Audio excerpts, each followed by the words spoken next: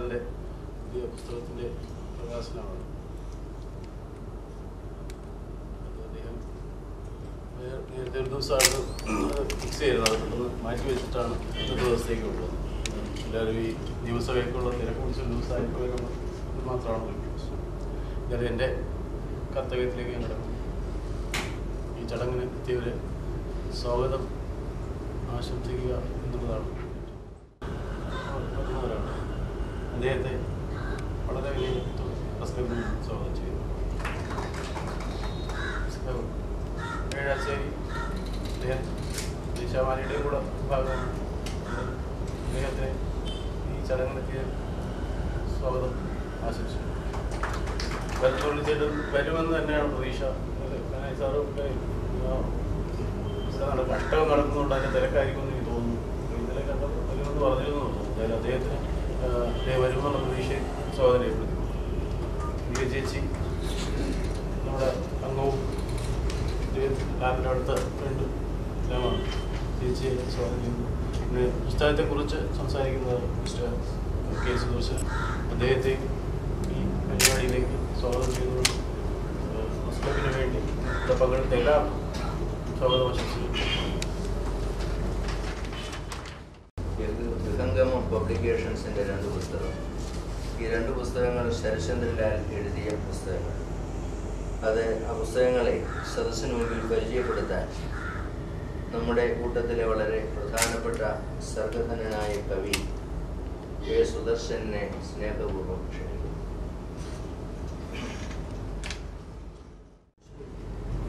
വേദിയിലും സദസ്സിലും സന്നിഹിതരായിരിക്കുന്ന അഭിവന്ദരെ, പ്രിയമുള്ളവരെ, സ്വാഗത പ്രഭാഷകൻ പറഞ്ഞതുപോലെ ഇതൊരു കുടുംബ സദസ്സാണ്. അതുകൊണ്ട് തന്നെ ഔപചാരികതകളില്ലാതെ ഈ പുസ്തകങ്ങളെ പരിചയപ്പെടുത്താൻ ഞാൻ ആഗ്രഹിക്കുക. ശരചന്ദ്രലാലിൻ്റെ ഏറ്റവും പുതിയ 2 പുസ്തകങ്ങളാണ്. മരങ്ങളിൽ മഞ്ഞിൻ പുതപ്പുകൾ, പിന്നെ പ്രണയപൂർവ്വം. ശരചന്ദ്രലാലിൻ്റെ ഏറ്റവും പുതിയ പുസ്തകങ്ങൾ എന്ന് പറയുമ്പോഴും ശരചന്ദ്രലാലിൻ്റെ ഏറ്റവും പഴയ കവിതകളാണ് ഇതിലുള്ളത്. എനിക്ക് തോന്നുന്നു ഏതാണ്ട് 11ഓളം കവിതാ സമാഹാരങ്ങൾ ഇതിനകം പ്രകാശിപ്പിച്ചിട്ടുള്ള, ഇതിഹാസ തുല്യമായ പഞ്ചതന്ത്രം കഥകളെ മലയാളത്തിലേക്ക് സ്വതന്ത്രമായി പുനരാവിഷ്കരിച്ചിട്ടുള്ള ശരചന്ദ്രലാൽ തൻ്റെ പുതിയ രചനകളെ ക്രോഡീകരിച്ചുകൊണ്ട് ഒരു സമാഹാരം ഇറക്കുകയല്ല ചെയ്തിരിക്കുന്നത്. അദ്ദേഹത്തിൻ്റെ എഴുത്തിൻ്റെ 30-ാം വർഷമാണ് തോന്നുന്നു. ഈ എഴുത്തിൻ്റെ 30-ാം വർഷത്തിൽ 80കളിൽ അദ്ദേഹം എഴുതിയ ചില കവിതകളെ സ്വയം തിരഞ്ഞെടുത്ത് അവതരിപ്പിക്കുക. അതിന് വളരെ വലിയൊരു പ്രസക്തി ഉണ്ടെന്ന് എനിക്ക് തോന്നുന്നു. കവി കുലപതിയായ പൂന്താനത്തിന് പോലും തന്റെ അസ്തിത്വം തെളിയിക്കാൻ സത്യവാങ്മൂലം വേണ്ടി വന്നിരിക്കുന്ന ഈ കാലഘട്ടത്തിൽ എഴുത്തിന്റെ 30-ാം വർഷത്തിൽ ശരചന്ദ്രലാൽ തന്റെ പഴയ കവിതകൾ, 80കളിൽ എഴുതിയ കവിതകൾ എടുത്ത് നമുക്ക് തരുമ്പോൾ അത് ഉയർത്തുന്ന ചില സംശയങ്ങൾ, ചില ചോദ്യങ്ങൾ, ചില പ്രസക്തമായ ചില പോയിന്റുകളുണ്ട്. ഒന്ന്, ഈ 80കളിൽ അദ്ദേഹം എഴുതിയ കവിതകൾ 80കളിലോ അത് കഴിഞ്ഞ് വന്ന 90കളിലോ പിന്നെ ഒന്നുമോ വേണ്ടത്ര ശ്രദ്ധിക്കപ്പെട്ടില്ല എന്ന് അദ്ദേഹത്തിന് തോന്നിയിരിക്കാം. തന്നെയുമല്ല, ആ കവിതകളൊക്കെ തന്നെ ഇന്ന് അവതരിപ്പിക്കുമ്പോഴും അതിൻ്റെ വർത്തമാന മൂല്യം വർദ്ധിച്ചിരിക്കുന്നു എന്ന് നമ്മളെ ഓർമ്മിപ്പിക്കുവാനും അദ്ദേഹം ആഗ്രഹിക്കുന്നുണ്ടാകും. ഈ പുസ്തകം വളരെ ക്ലേശിച്ചാണ്. അദ്ദേഹം ഈ പുസ്തക പ്രസാധന രംഗത്ത് സ്വന്തമായി പുസ്തകം അച്ചടിക്കുകയും അത് തൻ്റെതായ സ്നേഹത്തിന്റെ സ്പർശമുള്ള ഒരു വിപണന രീതിയിലൂടെ അത് ആളുകളിൽ എത്തിക്കുകയും ഒക്കെ ചെയ്യുന്ന ശരചന്ദ്രലാലിന്റെ മാത്രമായ ഒരു രീതി അവലംബിക്കുന്നത് കൊണ്ട് അദ്ദേഹത്തിന് ഈ പുസ്തകം അച്ചടിക്കുന്നതിനൊക്കെ സാമ്പത്തികമായ ബുദ്ധിമുട്ടുണ്ട്. ഏതാണ്ട് ഇന്നലെ വൈകുന്നേരമോ മറ്റുമാണ് ഇതിന്റെ 1, 2, 3 പ്രതികൾ അദ്ദേഹത്തിന് തന്നെ കിട്ടുന്നത്. എനിക്കിത് വളരെ അവസാനമാണ് കിട്ടിയത്. പക്ഷേ ഇതിലെ കവിതകളൊക്കെ വളരെ മുമ്പ് തന്നെ, ഇത് എഴുതിയ കാലഘട്ടത്തിൽ തന്നെ ചർച്ച ചെയ്യുകയും പരിചയമുള്ളവയുമായിരുന്നു. ഇന്ന് ഈ പുസ്തകം ഇവിടെ വിൽപ്പനയ്ക്ക് വെച്ചിട്ടുണ്ടോ എന്ന് എനിക്കറിയില്ല. പക്ഷേ ഇദ്ദേഹത്തിന് ഇതിൽ സ്വീകരിച്ചിരിക്കുന്ന കവിതകൾ, തെരഞ്ഞെടുത്തിരിക്കുന്ന കവിതകൾ, അദ്ദേഹം തന്നെ തെരഞ്ഞെടുത്ത കവിതകൾ വ്യത്യസ്തമായ തലങ്ങളിൽ നിൽക്കുന്ന കവിതകളാണ്. ഒരു കവി എന്തിന്റെ കവിയാണ് എന്നൊരു ചോദ്യമുണ്ട്. നമ്മുടെ പ്രിയപ്പെട്ട കവി ശ്രീ ONV ഒരു കവിത തന്നെ ആരംഭിക്കുന്നത് അങ്ങനെയാണ് തോന്നുന്നത്. എന്തിന്റെ കവിയാണ് നിങ്ങൾ? സ്നേഹത്തിന്റെ, സാഹോദര്യത്തിന്റെ എന്തിന്റെ കവിയാണ്? ഇവിടെ ഇദ്ദേഹം എന്തിന്റെ കവിയാണ് എന്ന ചോദ്യം ഉയർത്തുമ്പോൾ അതിന് ഉത്തരം പറയുന്ന അദ്ദേഹത്തിന്റെ കവിതകളാണ്. ശ്രീ ഏഴാശ്ശേരി രാമചന്ദ്രൻ അദ്ദേഹത്തിന്റെ കാവ്യ സമാനമായ അവതാരികയിൽ പറയും, ഇത് ജീവിതം വാസരിക്കുന്ന കവിതകളാണ്. എല്ലാ അർത്ഥത്തിലും അത് ശരിയാണ്. ജീവിതത്തിന്റെ എല്ലാ വൈകാരിക സ്പന്ദങ്ങളെയും ആവിഷ്കരിച്ചുകൊണ്ട് ശരത്ചന്ദ്രലാൽ എഴുതുന്നു. അതിലെല്ലാ ഭാവതലങ്ങളുമുണ്ട്. അദ്ദേഹത്തിന്റെ ചെരുപ്പ് കുത്തിയുടെ മരണം എന്ന കവിത, വിശപ്പ് എന്ന് പറയുന്ന കവിത, അതുപോലെ ക്യാപ്റ്റന്റെ വിധവ എന്ന് പറയുന്ന കവിത, ഇങ്ങനെ നിരവധി തലങ്ങളിൽ നിൽക്കുന്ന ഗ്രാമീണമായ ജീവിതത്തിന്റെ മനസ്സിൽ വേബദ്ധ ഉണർത്തുന്ന വിവിധങ്ങളായ കവിതകളെ, വ്യത്യസ്ത തലങ്ങളിൽ നിൽക്കുന്ന കവിതകളെ ആവിഷ്കരിച്ചുകൊണ്ടാണ് അദ്ദേഹം അവതരിപ്പിക്കുന്നത്. ഈ ക്യാപ്റ്റന്റെ വിധവ എന്ന കവിത വളരെ വ്യത്യസ്തമായ ഒരു കവിതയാണ്. എനിക്ക് തോന്നുന്നു 80കളിലോ മറ്റോ, 80ൽ അദ്ദേഹം ഡിഗ്രിക്ക് പഠിക്കുന്ന കാലത്ത്, ആ കാലം മുതൽ എനിക്ക് ശരത്ചന്ദ്രലാലിന് പരിചയമുണ്ട്.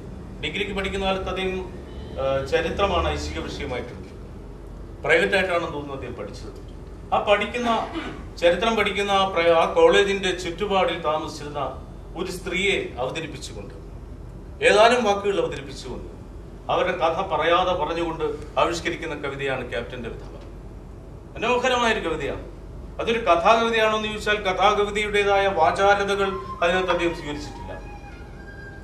അവിടെ വാടകയ്ക്ക് അവർ തനിച്ചത്രേ, പഴയ ക്യാപ്റ്റന്റെ വിധവയാണത്രേ. അവിടെ വാടകയ്ക്ക് അവർ തനിച്ചത്രേ, പഴയ ക്യാപ്റ്റന്റെ വിധവയാണത്രേ. നോക്കണം, സമൂഹം എപ്പോഴും ഉറ്റുനോക്കുന്ന, സമൂഹത്തിന്റെ മനസ്സിൽ കൗതുകമുണർത്തുന്ന രണ്ട് ബിംബങ്ങളാണ്. ഒരു സ്ത്രീ തനിച്ച് താമസിക്കുന്നു, അവർ വിധവ കൂടിയാകുന്നു. അപ്പോൾ എപ്പോഴും ഒരു ശ്രദ്ധാകേന്ദ്രമായി അത് മാറാം.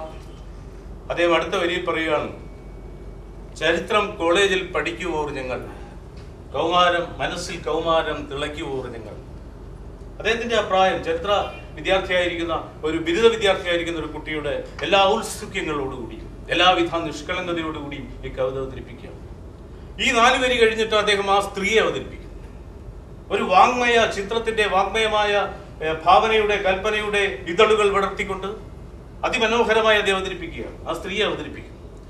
കവികളെ സംബന്ധിച്ച സ്ത്രീ വർണ്ണന, അതിപ്പോ ചങ്ങമ്പുഴയായാലും വള്ളത്തോളായാലും വൈലോപ്പിള്ളിയായാലും കുമാരനാശാനായാലും എന്തിന് കാളിദാസനായാലും യുവതി ഹൃദയേ വസതി കോജബ എന്ന് ചോദിച്ച കാളിദാസനായാലും എല്ലാം അവർ വാചാലമാകുന്ന സ്ഥലത്ത് ശരത്ചന്ദ്രലാൽ എന്ന ഡിഗ്രി വിദ്യാർത്ഥി, നോക്കണം, അദ്ദേഹം ജീവിതത്തിന്റെ 40കളുടെ ഏതാണ്ട് അവസാന പടവുകളിലേക്കൊക്കെ കടക്കുന്ന ഈ സമയത്ത് അദ്ദേഹത്തിന്റെ ഡിഗ്രി കാലഘട്ടത്തിൽ 17ന്റെ കാലഘട്ടത്തിൽ എഴുതിയ ഒരു കവിതയെ കുറിച്ചാണ് നമ്മൾ ചർച്ച ചെയ്യുന്നത്.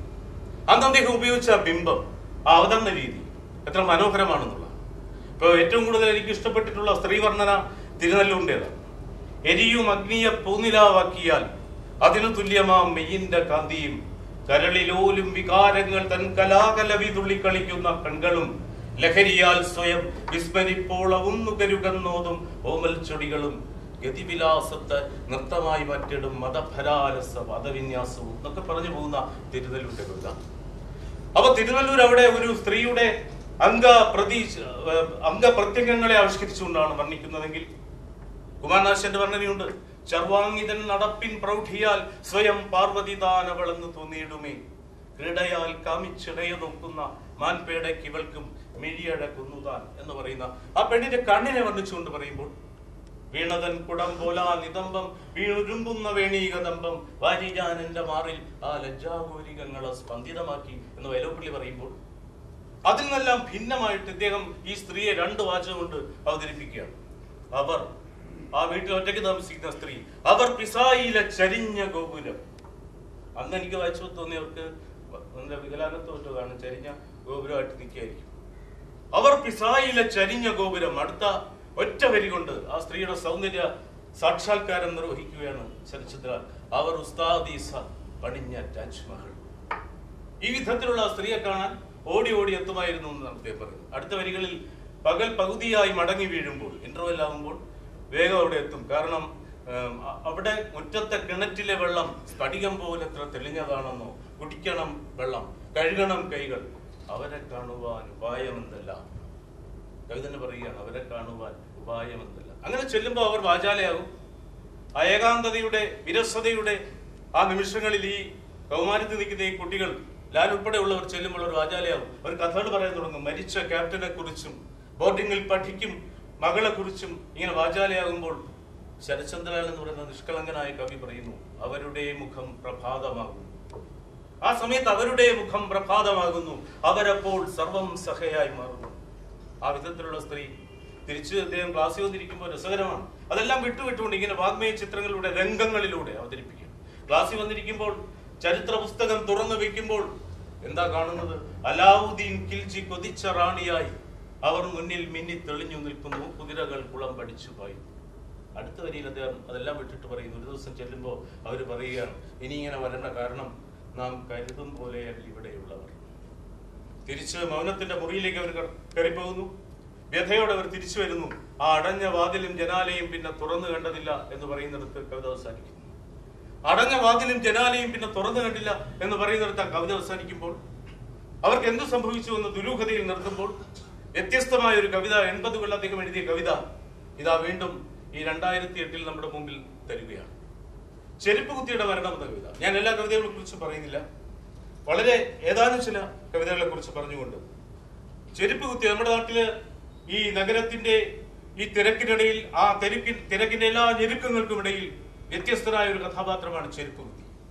ആളുകൾ കൊണ്ടുകൊടുക്കുന്ന ചെരുപ്പുകളൊക്കെ വാങ്ങിച്ച് അതിനെ അതിന്റെ തോലുരിച്ച് ഇങ്ങനെ കൂട്ടിയിടുന്ന ആ ചെരുപ്പ് കുത്തിയുടെ മരണം ആവിഷ്കരിക്കുന്നു. അത് വളരെ വാചാലമായി സ്വയം സംസാരിക്കുന്ന വരികളാണ്. ചെരുപ്പ് കുത്തി നീ മരിച്ച സത്യമൻ മനസ്സിനുള്ളിലേക്ക് ഇഴഞ്ഞിറങ്ങുമ്പോൾ എനിക്ക് മുന്നിലെ പ്രകാശവൃക്ഷങ്ങൾ കറുത്ത കാറ്റടിച്ചുലഞ്ഞു വീഴുന്നു എന്നൊക്കെ പറഞ്ഞു വന്നിട്ട് അദ്ദേഹം പറയും, സമുദ്ര ഗാംഭീര്യം മുഖത്തു നിർത്തി നീ, സമുദ്ര ഗാംഭീര്യത്തോടെ എല്ലാം വലിച്ചെറിഞ്ഞുകൊണ്ട് എല്ലാം അകത്തിട്ടുകൊണ്ട് നിൽക്കുന്ന ചെരുപ്പ് കുത്തി ചെരുപ്പിൻ തോലുരിച്ച് അകത്തെറിഞ്ഞല്ലോ. ലാലു ഒരു ചെരുപ്പ് കൊണ്ട് കൊടുത്തു, എനിക്കും ശത്രു നീ പുതുക്കുവാൻ തന്ന ചെരുപ്പിൻ തോലുരിച്ച് അകത്തെറിഞ്ഞല്ലോ. പല നാളും വന്നു പുകഞ്ഞരൻ കണ്ണിൽ പരുഷഭാവത്തിൻ തീ കുടഞ്ഞു നീ, ഒടുവിൽ കോപത്താൽ പടർന്നു കത്തി ഞാൻ. ഏത് ക്ഷമാശീലന്റെയും അവസാനത്തെ കോപം അങ്കുരിക്കുന്ന സമയത്ത് ഒടുവിൽ കോപത്താൽ പടർന്നു കത്തി ഞാൻ, കരുണയില്ലാതെ തിരയടിച്ചു നീ, മടങ്ങിപ്പോന്നു ഞാൻ കടയ്ക്ക് മുന്നിലേക്ക് ഇരമ്പി പിന്നെയും അനേകം ആളുകൾ. കൊടുത്തതില്ല നീ ഒരാൾക്കും ഉത്തരം, മിനുത്ത കത്തിയിൽ തുടച്ചു നിൻകരം. മറന്നു പിന്നെ ഞാൻ ഒരു ദിനം ദിനപത്രം നിവർത്തി നോക്കുമ്പോൾ അകത്തു നിൻ ജഡം. ദുരന്ത വാർത്തതൻ നടുവിൽ നിന്നു നീ പിടഞ്ഞെണീറ്റുവെന്ന് അടുത്തു നിൽക്കുന്നു. എന്നിട്ട് ആ ചെരുപ്പ് കുത്തിയുടെ അവസാന ചിത്രം അദ്ദേഹം വളരെ മികവുറ്റ ഭാഷയിൽ ആവിഷ്കരിക്കുകയാണ്.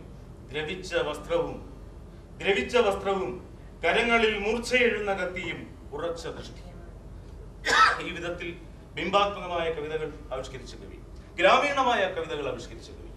ഇപ്പോ അദ്ദേഹത്തിന്റെ ആദ്യ സമാഹാരത്തിൽ വഴിയിൽ കുടകൾ കൂട്ടി വിളയ്ക്കുന്നു എന്നുള്ള സമാഹാരത്തിലാണ് അറിയിപ്പ് എന്നൊരു കവിതയുണ്ട്. ഒരു ആശുപത്രി ഒരു ഗ്രാമത്തിൽ തുടങ്ങുകയാണ്.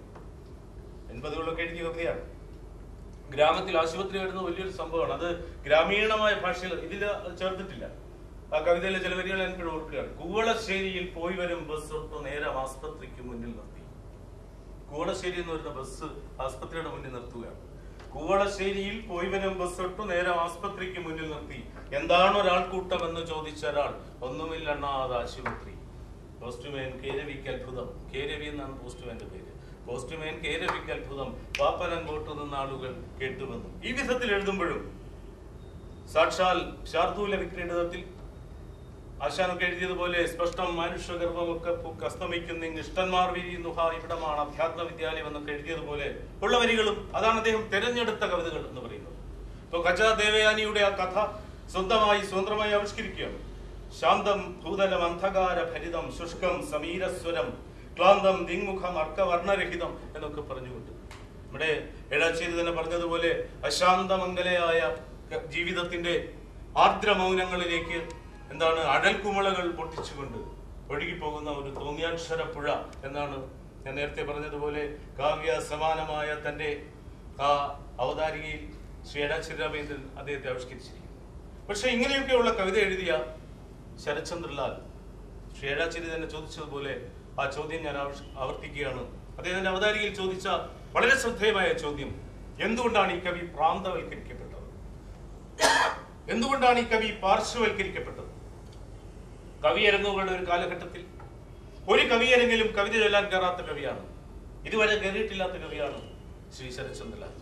ആ കാലത്ത് അദ്ദേഹം രസത്തിന് എഴുതിയ, തമാശയ്ക്ക് എഴുതിയ ഒരു കവിത ഇപ്പോഴും എനിക്ക് ഓർമ്മയുണ്ട്. അത് പ്രസിദ്ധീകരിച്ചിട്ടില്ലെന്നാണ് എനിക്ക് തോന്നുന്നത്. കവിയരങ്ങുകളെ ആക്ഷേപിച്ചുകൊണ്ട് അദ്ദേഹം എഴുതുകയുണ്ടായി, കുറിക്കുകയുണ്ടായി: കവിയരങ്ങുകൾ, കവിയരങ്ങുകൾ, കവിയരങ്ങുകൾ വെറും ചിരങ്ങുകൾ എന്നാണ് അദ്ദേഹം പറയുന്നത്. കവികൾ മാന്തുന്ന ചൊറിയരങ്ങുകൾ. അതിന് കുറെ നല്ല വരികൾ അതിന്റെ പിന്നാലെ വരുന്നുണ്ട്. എന്തായാലും അദ്ദേഹത്തിന്റെ അഭിപ്രായം കവിയരങ്ങുകളെ കുറിച്ച് എന്തായാലും, കവിയരങ്ങുകൾ കടന്നുകൂടാത്ത ഈ കവി പാർശ്വവൽക്കരിക്കപ്പെട്ടിരിക്കുന്നു. തന്റെ ആദ്യ സമാഹാരത്തിൽ അദ്ദേഹം കൊടുത്ത ഒരു മുഖവുരയായി കൊടുത്തൊരു വാചകമുണ്ട്. ആ വാചകം ഇന്നും പ്രസക്തമാണ്. അക്കാലത്തൊക്കെയുള്ള വേദികളിൽ ഞാൻ ആ വാചകം ഉദ്ധരിക്കുകയും ചെയ്തിരുന്നു. പുതിയ മുളകൾ ഉണ്ടാകുന്നില്ല എന്ന് മുറവിളി കൂട്ടുന്നവർ, പുതിയ മുളകൾ ഉണ്ടാകുന്നില്ല എന്ന് മുറവിളി കൂട്ടുന്നവർ പുതിയ മുളകളെ രഹസ്യമായി നുള്ളിക്കളയുന്നവർ. ആ ഒരു സ്വഭാവം എന്തുകൊണ്ടോ ഇപ്പോഴും തുടരുന്നു.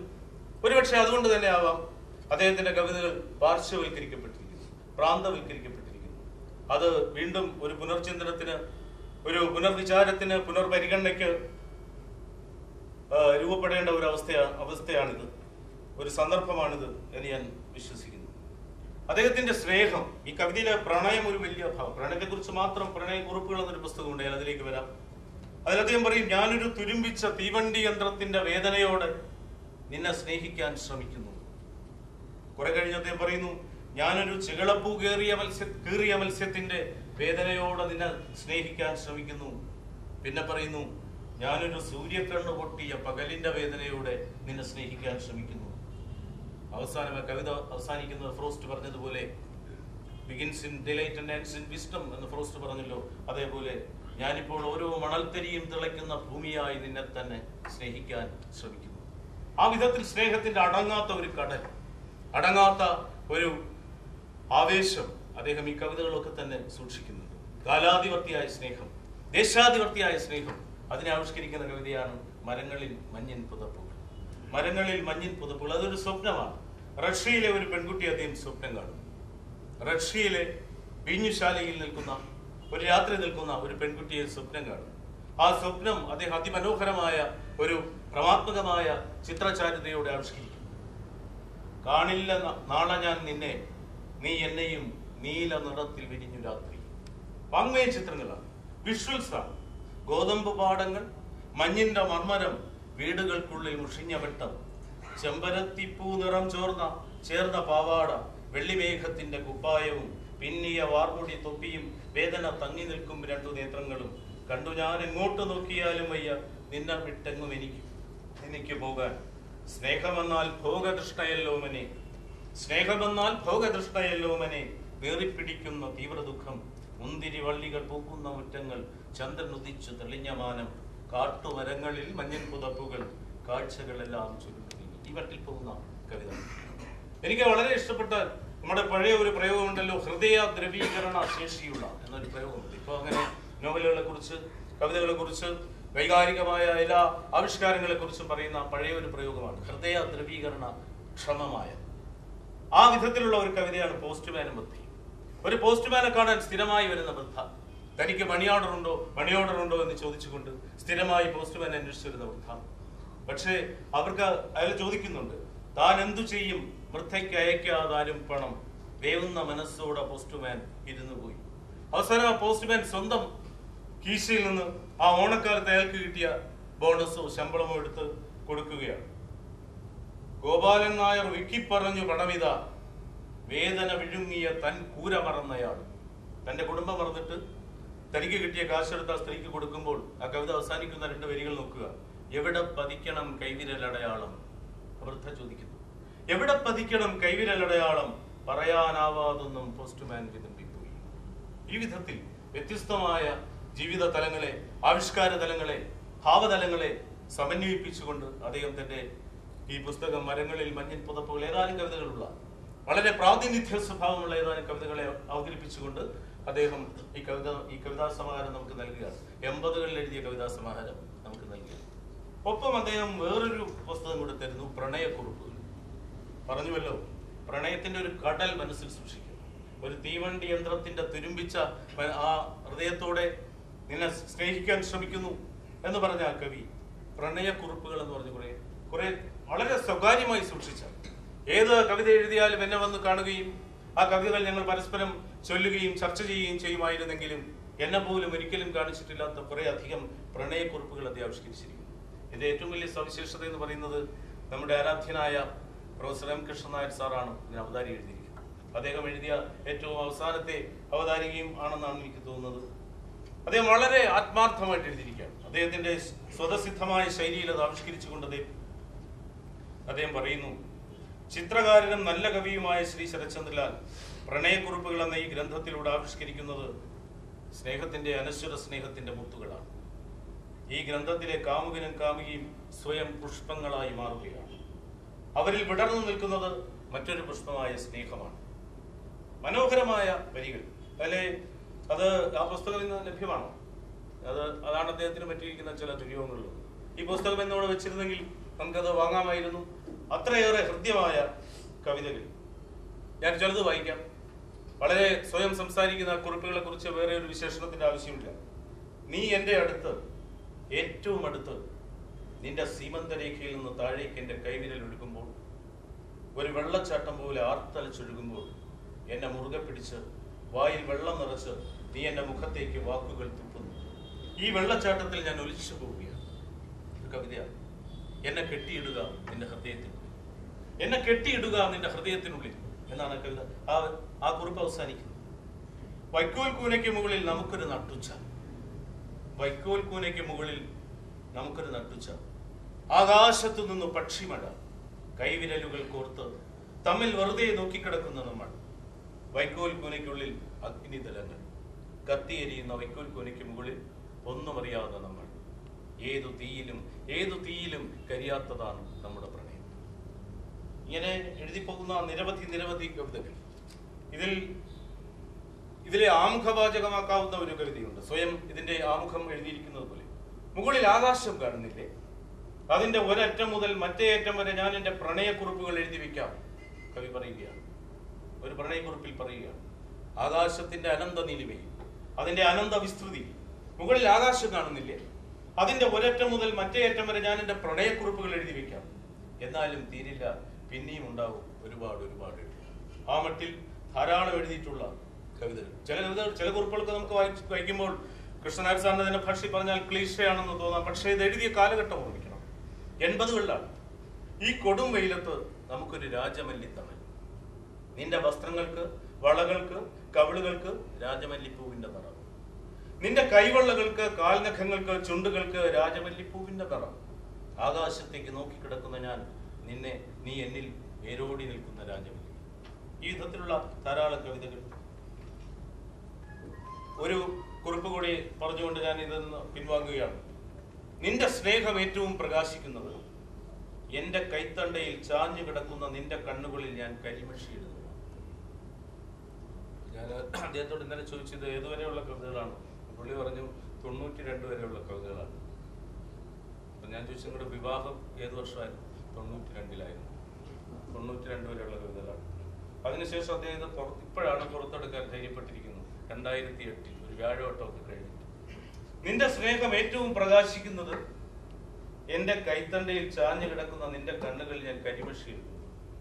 ആ പുരികങ്ങൾ പതുക്കെ കറുപ്പിക്കുമ്പോൾ, ആ നെറ്റിയിൽ പൊട്ടുതൊടുമ്പോൾ, എന്റെ കൈത്തണ്ട കവിഞ്ഞ് താഴേക്ക് ഞാന്നു കിടക്കുന്ന നിന്റെ മുടിച്ചുരുളിൽ ഞാൻ വിരൽ പടർത്തുമ്പോൾ, പിന്നെ ആ നെറുകയിൽ തുരുതുര ഉമ്മ വയ്ക്കുമ്പോൾ, സംശയമില്ല ആകാശം മുഴുവൻ എഴുതിയാലും ഈ കവിക്ക് തന്റെ പ്രണയക്കുറിപ്പുകൾ മിച്ചം ബാക്കി നിൽക്കും എന്ന് പറഞ്ഞുകൊണ്ട് ഈ കവിതകളെ, ഈ 2 പുസ്തകങ്ങളെ ഞാൻ അവതരിപ്പിക്കുകയാണ്. അദ്ദേഹം പറഞ്ഞു അദ്ദേഹത്തിന്റെ ഒരു കവിത ഇവിടെ അവതരിപ്പിക്കണം, ചൊല്ലണം എന്ന്.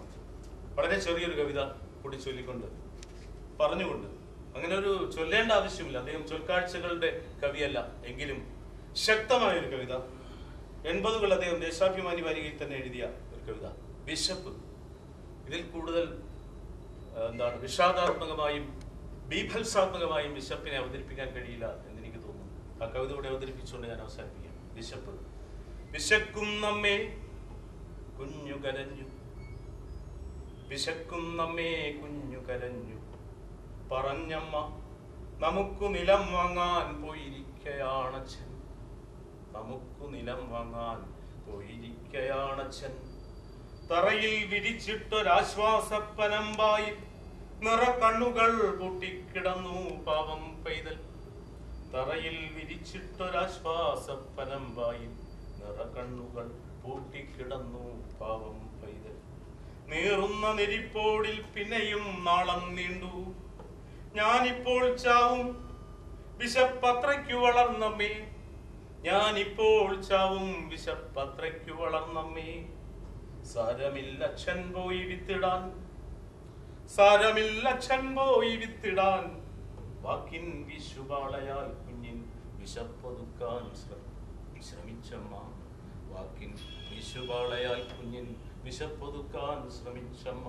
വിശക്കും നമ്മെ വീണ്ടും നൊമ്പരം ശബ്ദിച്ചപ്പോൾ, വീണ്ടും നൊമ്പരം ശബ്ദിച്ചപ്പോൾ. വയലിൽ വിളഞ്ഞല്ലോ നെല്ലെന്നു പറഞ്ഞമ്മ. വയലിൽ വിളഞ്ഞല്ലോ നെല്ല് എന്നു പറഞ്ഞമ്മ. വിളകൊയ്യിക്കാൻ അച്ഛൻ പോയതാണല്ലോ, വിളകൊയ്യിക്കാൻ അച്ഛൻ പോയതാണല്ലോ. കുഞ്ഞിൻ വിറയ്ക്കും ശരീരത്തെ പുതപ്പിൽ മറച്ചമ്മ. വയറ്റിൽ വീണ്ടും താണശൂലങ്ങൾക്കുള്ളിൽ നിന്നും, വയറ്റിൽ വീണ്ടും താണശൂലങ്ങൾക്കുള്ളിൽ നിന്നും തെറിച്ചു ദീനസ്വരം. എനിക്ക് വിശക്കുന്നു. കറ്റകൾ മെതിപ്പിക്കാൻ അച്ഛൻ ഉത്സാഹിക്കുന്നു.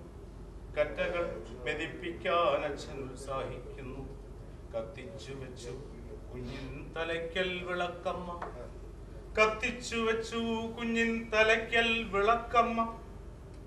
ഒട്ടിയ വയറോടെ വെറും കൈയോടെ തളർന്നച്ഛനെത്തിയ നേരം. ഒട്ടിയ വയറോടെ വെറും കൈയോടെ തളർന്നച്ഛനെത്തിയ നേരം പറഞ്ഞു, വിശന്നിവൻ ചത്തല്ലോ. നന്നായി നന്നായി നമുക്കിവനെ തിന്നാം. വെട്ടുകത്തി കൊണ്ടച്ഛൻ മാംസത്തുണ്ടുകൾ ഭാഗം വെച്ചു. കഥോസരിക്കുക. വെട്ടുകത്തികൾ കൊണ്ട് സ്വന്തം കുഞ്ഞിന്റെ മാംസം ഭാഗം വയ്ക്കുന്ന പിതാവിനെ അവതരിപ്പിച്ചുകൊണ്ട് വിശപ്പ് എന്ന കവിത അവസാനിക്കുമ്പോൾ ഈ രണ്ടു കവിതാസമാഹാരങ്ങൾ, ശരത്ചന്ദ്രലാലിന്റെ ഏറ്റവും പുതിയ 2 കവിതാസമാഹാരങ്ങളും ഏറ്റവും പഴയ കുറെ കവിതകളും നിങ്ങൾക്ക് വിട്ടു തന്നുകൊണ്ട് എൻ്റെ വാക്കുകൾ ചുരുക്കുന്നു.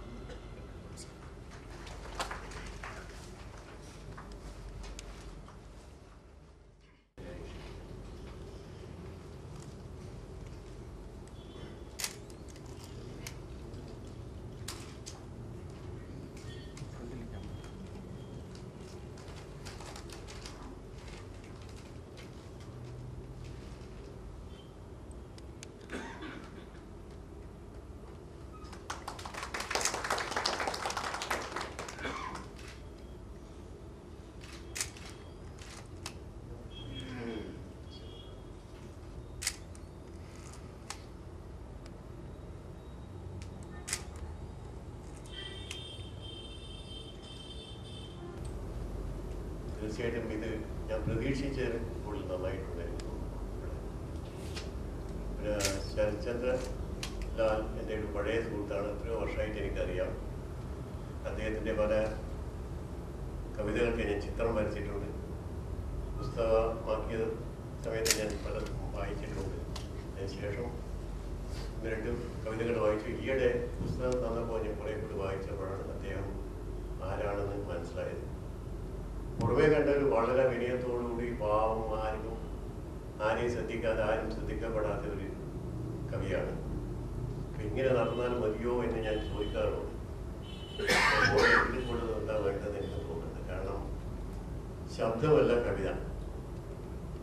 നമുക്ക് പറഞ്ഞതുപോലെ ഞാനും ശരത്ചന്ദ്രലാലിൻ്റെ ഒരു അഭിപ്രായമാണ്, കവിത വായിക്കാനുള്ളതാണ്, പാടാനുള്ളതല്ലാന്ന് ഞാൻ പലപ്പോഴും തോന്നിയിട്ടുണ്ട്. പക്ഷേ ഞാൻ പ്രിയ സുഹൃത്ത് വിനയം തന്നെ നിർത്തിക്കൊണ്ട് പറയാണ്, അത് എതിരായിട്ടല്ല പറയുന്നത്, ഞാൻ അതിൽ വിശ്വസിക്കുന്നു.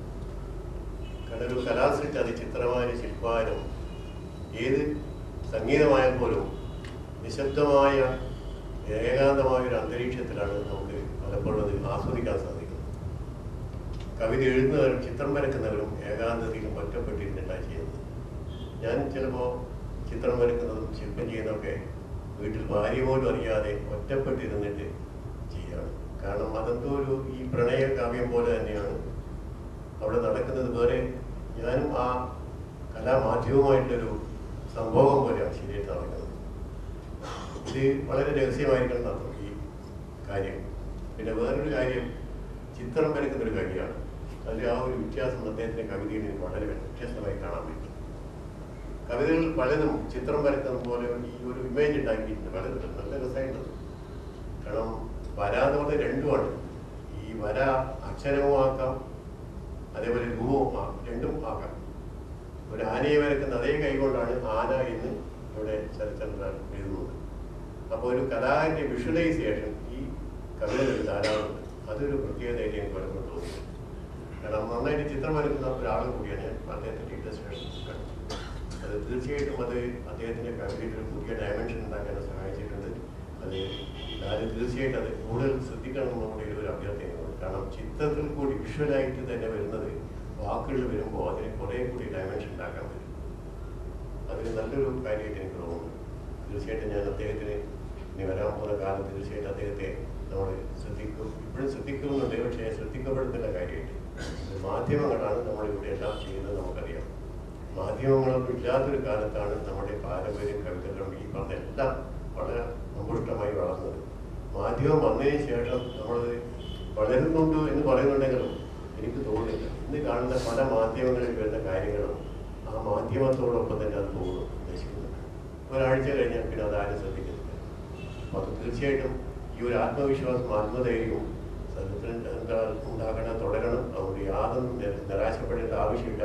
നമ്മുടെ പഴയ വാമൊഴി സംസ്കാരം മാത്രം മനസ്സിൽ വെച്ച് എഴുതിയാൽ മതി. നമസ്കാരം. പുസ്തക പ്രകാശന ചടങ്ങിൽ പങ്കെടുക്കാൻ കഴിയുന്നതിലൊരു സഹോദര തുല്യമായ സംതൃപ്തിയുണ്ട്. എൻ്റെ പഴയൊരു സുഹൃത്താണ് ശരത്ചന്ദ്രൻ. പഴയ സൗഹൃദങ്ങൾക്ക് പഴക്കമില്ലെന്നുള്ളതാണ്. ചിലപ്പോൾ ഇന്നലെയോ ഇന്നോ ഒക്കെയുള്ള സൗഹൃദം പെട്ടെന്ന് തന്നെ മുഷിഞ്ഞു പോകാം. പഴയ സൗഹൃദങ്ങൾക്ക് അങ്ങനെ ഒരു മുഷിച്ചിൽ സംഭവിക്കുന്നില്ല. ആ ഒരു സൗഹൃദത്തിൻ്റെ പ്രചോദനത്തിലും പ്രേരണയിലുമാണ് ഇവിടെ നിൽക്കുന്നത്. ഈ പുസ്തക പ്രകാശനത്തിന് വേണ്ടി പല ദിവസങ്ങൾ തീരുമാനിച്ചിരുന്നതാണ്. അതിങ്ങനെ പല പ്രാവശ്യം മാറ്റി നീട്ടിയൊക്കെ പോകുമ്പോൾ സാധാരണഗതിയിൽ നമ്മൾ അതിൽ നിന്ന് ഒഴിഞ്ഞു പോകുന്നതാണ്. പക്ഷേ ഈ സൗഹൃദത്തിൻ്റെ ഒരു ആകർഷണം, കാന്തശക്തി കൊണ്ടാണ് തീർച്ചയായിട്ടും അതിൽ പങ്കെടുക്കണം എന്നുള്ളൊരു നിർബന്ധത്തോടുകൂടി ഞാൻ പങ്കെടുത്തത്. ആ നിരന്തരം ഞങ്ങൾ കാണുമായിരുന്നൊരു കാലമുണ്ടായിരുന്നു. പക്ഷെ ഞാൻ 91 കോട്ടയത്ത് പോയതിന് ശേഷം മിക്കവാറും തിരുവനന്തപുരത്തേക്ക് വളരെ അപൂർവമായിട്ടേ വന്നിട്ടുള്ളൂ. പിന്നെ കോട്ടയം മുതൽ അങ്ങോട്ടാണ്, പാല, കാഞ്ഞിരപ്പള്ളി, തൊടുപുഴ, വാഗമൺ, അങ്ങനെ അങ്ങോട്ട് പോയി ഈ നേരിട്ട് കാണുന്ന ആ ഒരു സൗഭാഗ്യം നഷ്ടമായി എന്ന് ഇതുകൊണ്ടാണ്. വീണ്ടും ഇവിടെ വന്നപ്പോൾ ഞാൻ ആദ്യം ഒരു എൻ്റെ വിലാസവും ടെലിഫോൺ നമ്പരും ഒന്നും ആരെയും അറിയിക്കാതെ രഹസ്യമായിട്ടാണ് കഴിഞ്ഞതെങ്കിലും പതുക്കെ അത് പരസ്യമായി സ്വയം അറിഞ്ഞ് ശരത്ചന്ദ്രൻ എന്നെ കണ്ടുപിടിക്കുകയും ഒക്കെയാണ് ചെയ്തത്. ഇതയുടെ പിറവിക്ക് മുമ്പും പിമ്പും ഒക്കെ ഒപ്പം നടന്ന സുദർശൻ വളരെ സ്നേഹപൂർവ്വം സഹൃദയ സമ്പന്നമായി നന്നായിട്ട് വിദഗ്ധമായിട്ട് ഇവിടെ വിശദീകരിച്ച് കഴിഞ്ഞു, അവതരിപ്പിച്ച് കഴിഞ്ഞു. അപ്പോൾ അതിനെപ്പറ്റി കൂടുതൽ വിശദം ഞാൻ പോകേണ്ട കാര്യമില്ല.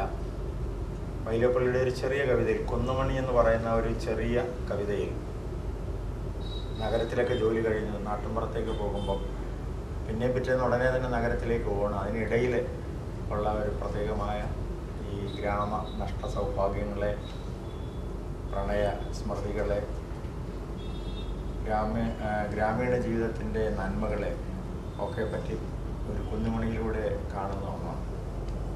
അവർക്കൊക്കെ ഇടശ്ശേരിക്കും വൈലപ്പള്ളിക്കൊക്കെ അന്നൊരു കമ്പിത്തൂണോ പാലോ ഒക്കെ വന്നാൽ അത് വലിയ കുഴപ്പമാണ്. സാംസ്കാരികമായ അധിനിവേശത്തിൻ്റെ ഭയപ്പെടുത്തുന്ന ചിഹ്നങ്ങളായിട്ടാണ് അന്ന് കണ്ടിട്ടുള്ളത്. അപ്പോൾ ഈ വയലിൽ ഈ പ്രശാന്തമായ ഗ്രാമത്തെ നഗരത്തിൻ്റെ ഈ ബഹളങ്ങളൊക്കെ അതിക്രമിച്ചുകൊണ്ടിരിക്കുകയാണ്. കമ്പിത്തൂണൊക്കെ വന്നിരിക്കുന്നു. ആ ഒരു പശ്ചാത്തലത്തിലാണ് അവിടെ പറയുന്നത്, എന്നിരിക്കലും ഇനി പുലർവേലിയിൽ കൊച്ചു തെന്നലിന് ആരോമലാം ഇല ചൂടുന്നൊരു കുന്നി ചെപ്പുകൾ തുറന്ന് എന്നെ കാണിച്ചു വൈപ്പോയോരൻ നൽ പുലർകാലത്തിലെ പൊന്മണി മാണിക്യങ്ങൾ. എന്നിരിക്കിലുമിങ്ങി പുലർവേലിയിൽ കൊച്ചു തെന്നലിന് ആരോമലാ വില ചൂടുന്നൊരു കുന്നി. ചെപ്പുകൾ തുറന്ന് എന്നെ കാണിച്ചു പൊയ്പോയോരൻ നൽ പുലർകാലത്തിലെ പൊന്മണി മാണിക്യങ്ങൾ.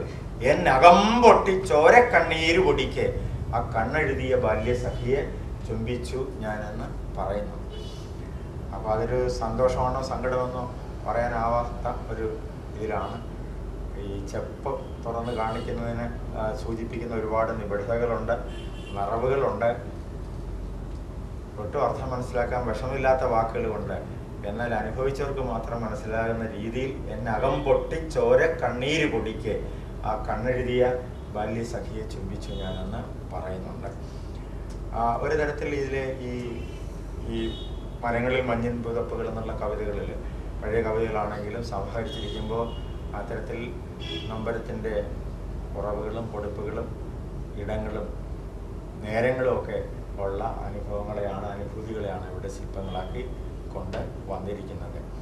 അതിൻ്റെ ഒരു അനുപൂരക സ്വഭാവമുള്ളതാണ് ഇതിലെ പ്രണയ കുറിപ്പുകൾ.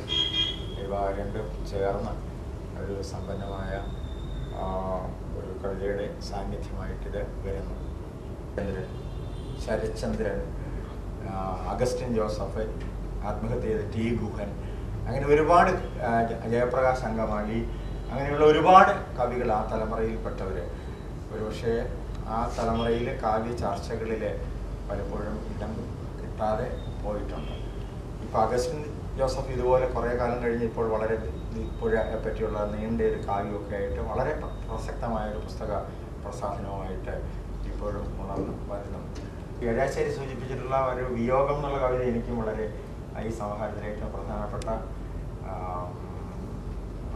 ഒരു കവിതയായിട്ട് തോന്നുന്നുണ്ട്. പിന്നെ ഇവിടെ പറഞ്ഞ് സ്നേഹിക്കാൻ ശ്രമിക്കുന്നു എന്നുള്ള കവിത, ആ രണ്ട് കവിതയാണ് ആ സമാഹാരത്തിലെ എനിക്ക് ഏറ്റവും മെച്ചപ്പെട്ടതായിട്ട് തോന്നിയത്. അതിവിടെ രണ്ടും മിക്കവാറും പറയുകയും വായിക്കുകയും ചെയ്ത് കഴിഞ്ഞു. ഈ ഒരുപാട് തരത്തിലുള്ള വൈവിധ്യങ്ങളും ആവിഷ്കരണ വൈവിധ്യങ്ങളും ഒക്കെ ഈ കവിതയ്ക്കുണ്ട്. നമ്മൾ നേരത്തെ പറഞ്ഞതുപോലെ കുറച്ച് നമ്മുടെ കൂടെ വന്നിട്ട് പിന്നെ ഒരു സ്വന്തം വള്ളിക്കുടിലിരുന്നോ വള്ളക്കടവിലിരുന്നോ അവിടെ തന്നെ അങ്ങനെ കഴിഞ്ഞ ഒരവസ്ഥ തീർച്ചയായിട്ടും ഈ കവിക്ക് വന്നിട്ടുണ്ട്. മറ്റേതൊക്കെ ഒരു എല്ലാ ജീവിതത്തിലും കവിതയുടെ ശ്രദ്ധ, അംഗീകാരം, അതിൽ ഭാഗ്യത്തിൻ്റെ അംശമുണ്ട്, നമ്മുടെ തന്നെ ഇതിൻ്റെ ഒക്കെ അംശമുണ്ട്. അത് മിശ്രമാണ്, അതിൻ്റെ കാരണങ്ങൾ വളരെ സങ്കീർണമാണ്. എങ്കിലും പൊതുവെ ആനുകാലികങ്ങൾ ഈ സെൻസേഷണലിസത്തിൻ്റെ ഭാഗമായിട്ട് പ്രവർത്തിക്കുകയും അപ്പോൾ അതുമായി ബന്ധപ്പെട്ട ഒരുപാട് കാര്യങ്ങളിൽ വേദികളിലേക്ക് വരികയും ഒക്കെ ചെയ്യുന്നത് കൊണ്ടാണ്. ഒന്നൊരു ദോഷം അല്ല, നമ്മുടെ പാർട്ടിക്കാർ കൊള്ളാമെന്ന് പറഞ്ഞുകൊണ്ടോ ജാതിക്കാർ കൊള്ളാമെന്ന് പറഞ്ഞുകൊണ്ടോ ബന്ധുക്കൾ കൊണ്ടാമെന്ന് പറഞ്ഞുകൊണ്ടോ മാത്രം നമ്മളൊരിക്കലും കവി ആകുകയില്ല. പിന്നീട് വായിക്കും, അച്ചടിച്ച് വരികയാണെങ്കിൽ അവിടെ പുസ്തകം ഉണ്ടെങ്കിൽ പിന്നീട് അത് വായിക്കും.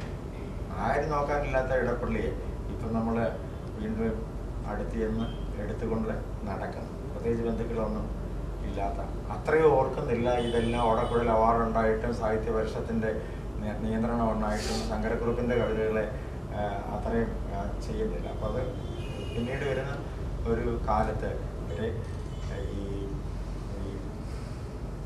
ഈ വരുന്ന വർഷങ്ങളിൽ പുതിയ കവിതകളുടെ ഒരു വലിയ സഞ്ചാരവുമായിട്ട്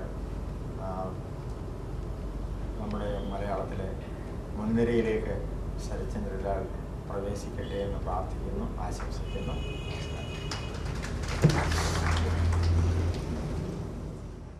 അപ്പോൾ ഞാൻ ദേശാഭിമാനിയിൽ വരുമ്പോൾ ശരത്ത് അവിടെ ഉണ്ട്. അപ്പോൾ ശരത്ത് എനിക്കൊരു സമീപ കാഴ്ചയായെങ്കിലും ശരത്തിലെ കവി ഒരു ദൂരക്കാഴ്ചയായി തന്നെ നിൽക്കുന്നു. ഇപ്പൊ ശരത്ത് കവിത എഴുതും എന്ന് പറയുമ്പോൾ ഞാൻ ഒരു കവിതയും വായിച്ചിട്ടില്ല. അവിടെ ചെല്ലുന്ന ആ സമയം വരെ ശരത്തിന്റെ കവിതകളൊന്നും തന്നെ ഞാൻ വായിച്ചിരുന്നില്ല. അപ്പൊ എനിക്ക് തോന്നുന്നു ആദ്യത്തെ ആ ഒരു കൂലംകുത്തി ഒഴുകൽ, കവിതയുടെ ആ കൂലംകുത്തി ഒഴുകലിന് ശേഷം അല്പാൽപ്പം പരന്നൊഴുകി ശാന്തമാവുന്ന ഒരു ഘട്ടത്തിലാണ് ഞാൻ ദേശാഭിമാനിയിൽ ചെല്ലുന്നത്. അപ്പോൾ വളരെ ചുരുക്കം കവിതകളെ പിന്നെ ശരത്തിൻ്റെതായി വന്നുകൊണ്ടിരുന്നുള്ളൂ. അപ്പോൾ ഈ കവിതയെക്കുറിച്ച് ഇങ്ങനെ പറഞ്ഞപ്പോൾ ശരത്ത് തന്നെയാണ് അദ്ദേഹത്തിൻ്റെ പുസ്തകങ്ങൾ എനിക്ക് തന്നത്. ആ പുസ്തകങ്ങൾ വായിച്ച് ആദ്യമൊക്കെ വന്നിട്ടുള്ള എനിക്ക് തോന്നുന്നു ആ കാമ്പസ് കാലഘട്ടവും പിന്നെ അതിനോടനുബന്ധിച്ച് ഉണ്ടാകുന്ന ആ വർഷങ്ങളിലെ ചില കവിതകളുമാണ്. അത് വായിച്ചപ്പോൾ ഇവിടെ വിനയേന്ദ്രൻ സാർ പറഞ്ഞ പോലെ വല്ലാത്ത ഒരു അനുഭൂതിയാണ് ആ ഭാഷ എനിക്ക് സമ്മാനിച്ചത്.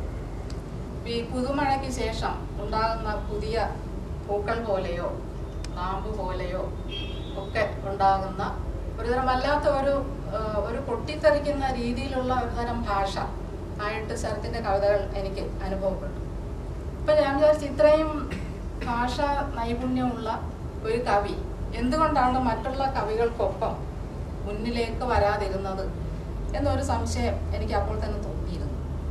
പിന്നീട് ഞാൻ ശരത്തിനെ പഠിക്കുകയും ശ്രദ്ധിക്കുകയൊക്കെ ചെയ്തപ്പോൾ എനിക്ക് തോന്നിയത് ആള് പൊതുവേ ഒരു വളരെ എല്ലാം ഉള്ളിലൊതുക്കി പിൻവലിയുന്ന ഒരു സ്വഭാവക്കാരനാണ്. മുന്നിലേക്ക് വന്ന് എന്തെങ്കിലും വിളിച്ചു പറയുന്ന ഒരു സ്വഭാവം ശരത്തിന് അന്നുമില്ല ഇന്നുമില്ല. അതാണോ ഒരു കാരണം? അത് മാത്രമല്ല ശരത്തിൻ്റെ പുസ്തകങ്ങൾ നമ്മൾ ഏത് ബുക്ക് സ്റ്റാളിൽ ചെന്ന് ചോദിച്ചാലും നമുക്ക് കിട്ടില്ല എന്നുള്ള വലിയൊരു പരിമിതിയുണ്ട്. അത് ശരത്തിൻ്റെ തന്നെ സ്വന്തമായിട്ടുള്ള ആ ഒരു വലയത്തിൽ നിന്നുകൊണ്ട് അല്ലെങ്കിൽ സ്വന്തമായിട്ട് തന്നെ അച്ചടിക്കുന്നതാണോ എന്താ എനിക്കതിനെക്കുറിച്ച് വ്യക്തമായി അറിയില്ല. അപ്പോൾ അതുകൊണ്ട് ആ വിധത്തിൽ അത് വായിക്കപ്പെടാനുള്ള ഒരു സാധ്യതയും വളരെ പരിമിതമാണ്. വളരെ വ്യാപകമായി വായിക്കാനുള്ള ഒരു സാധ്യത ശരത്തിൻ്റെ പുസ്തകങ്ങൾക്കില്ല എന്ന് ഈ രണ്ട് കാരണങ്ങൾ കൊണ്ടാണോ എന്ന് എനിക്ക് സംശയമുണ്ട്. അതിനുശേഷം അദ്ദേഹത്തിൻ്റെ പുതിയ പുസ്തകങ്ങളെ കുറിച്ച് ഞാൻ അങ്ങനെയൊന്നും കേൾക്കുകയോ വായനയിൽ അങ്ങനെ എഴുത്തിൽ അങ്ങനെ സജീവമാണെന്ന് തോന്നുകയോ ഉണ്ടായില്ല. ഇപ്പോൾ ഈ ഇവിടെ പ്രകാശനം ചെയ്ത 2 പുസ്തകങ്ങളിൽ നേരത്തെ സുദർശനം പറഞ്ഞിരുന്നു. അതിലെ കവിതകൾ മിക്കതും നമ്മൾ നേരത്തെ തന്നെ എനിക്കും വായിക്കാൻ കിട്ടിയിട്ടുണ്ട്. നേരത്തെ തന്നെ ശരത്ത് തന്ന പുസ്തകങ്ങളിലൂടെ ഞാൻ വായിച്ചിട്ടുള്ള കവിതകളാണ്. എങ്കിലും അതിൽ 2-3 കവിതകൾ എനിക്ക് ഇപ്പോഴും പ്രസക്തമായിട്ട് തോന്നുന്നുണ്ട്. ഒന്ന് 6 പൂവൻകോഴികൾ എന്ന മാതൃഭൂമിയിൽ അച്ചടിച്ചു വന്ന ഒരു കവിത. പിന്നെ അതുപോലെ തന്നെ വേണമെങ്കിൽ ചക്ക വേരിലും കായ്ക്കും എന്ന് പറയുന്ന ഒരു കവി. പക്ഷേ ഈ കവി എന്നുള്ള നിലയ്ക്ക് അദ്ദേഹം ഇത്രയും സുപരിചിതനായതുകൊണ്ട് എന്നെ ആകർഷിച്ചത് ആ പ്രണയക്കുറിപ്പുകളാണ്.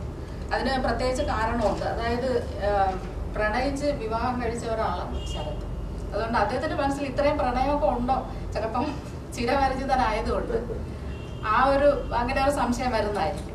ഇത്രയും പ്രണയമൊക്കെ ശരത്തിന്റെ മനസ്സിലുണ്ടായിരുന്നോ എന്ന് എനിക്ക് സംശയം തോന്നുന്ന വിധത്തിൽ കൊടും വെയിലത്ത് നമുക്കൊരു രാജമല്ലി തണൽ, നിന്റെ വസ്ത്രങ്ങൾക്ക്, വളകൾക്ക്, കവിളുകൾക്ക് രാജമല്ലി പൂവിന്റെ നിറം, നിന്റെ കൈവെള്ളകൾക്ക്, കാൽനഖങ്ങൾക്ക്, ചുണ്ടുകൾക്ക് രാജമല്ലി പൂവിന്റെ നിറം. ആകാശത്തേക്ക് നോക്കി നിൽക്കുന്നു ഞാൻ, നീ എന്നിൽ വേരോടി നിൽക്കുന്ന രാജമല്ലി. പ്രണയക്കുറിപ്പുകളിലെ ഒരു എന്താണ് ഗദ്യ കവിതയോ, ഗദ്യം എന്ന് പറയാൻ കഴിയുന്നില്ല, ഗദ്യവും കവിതയും കൂടെ ചേർത്തിട്ടുള്ള അതിലെനിക്ക് വല്ലാതെ ഇഷ്ടപ്പെട്ട ചില വരികളാണിത്. പക്ഷെ അത് അവസാനിക്കുന്നത് ഇങ്ങനെയാണ്. മരങ്ങളിൽ നിന്ന് ആ പ്രണയക്കുറിപ്പുകൾ അവസാനിക്കുന്നത്, മരങ്ങളിൽ നിന്ന് ചിതറുന്നത് പൂക്കളും സങ്കല്പങ്ങളും, അവയ്ക്കുള്ളിൽ എൻ്റെ ഹൃദയത്തിൽ മുഖം ചേർത്ത് വെച്ച് നീ. അപ്പോൾ എനിക്ക് ഇത് ഇപ്പോൾ പറയാനുള്ളത്, ശരത്തിനോടൊപ്പം അന്ന് പ്രണയം പങ്കുവെച്ച അദ്ദേഹത്തിൻ്റെ ഭാര്യ ഇപ്പോൾ ഈ വേദിയിലുണ്ട്.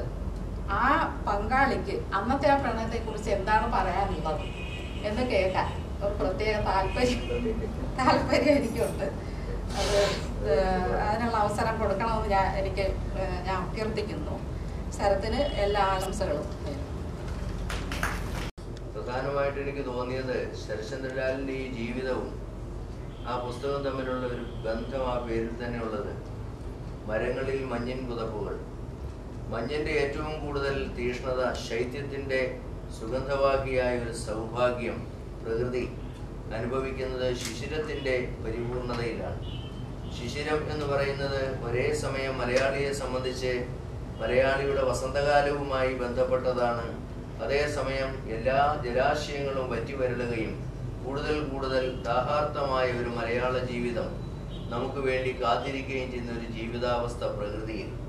ആ ദാഹാർത്തമായ ഒരു മലയാള ജീവിതം ഒരു വശത്തും ഈ മഞ്ഞിൻ്റെതായ സുഗന്ധവാഹിയായ ജീവിത പരിമളം, പ്രാണപരിമളം മറുവശത്തും ഈ പ്രകൃതിയെ വല്ലാതെ രണ്ടു ഭാഗത്തും നിന്ന് വേട്ടയാടിക്കൊണ്ടിരിക്കുന്നതിൻ്റെ ആ ഒരു രമ്യമായിട്ടുള്ള ഒരു സമ്മർദ്ദം അത് ആ പുസ്തകത്തിലെ എല്ലാ കവിതകളിലും ഉണ്ട് എന്നാണ് എനിക്ക് തോന്നിയിട്ടുള്ളത്.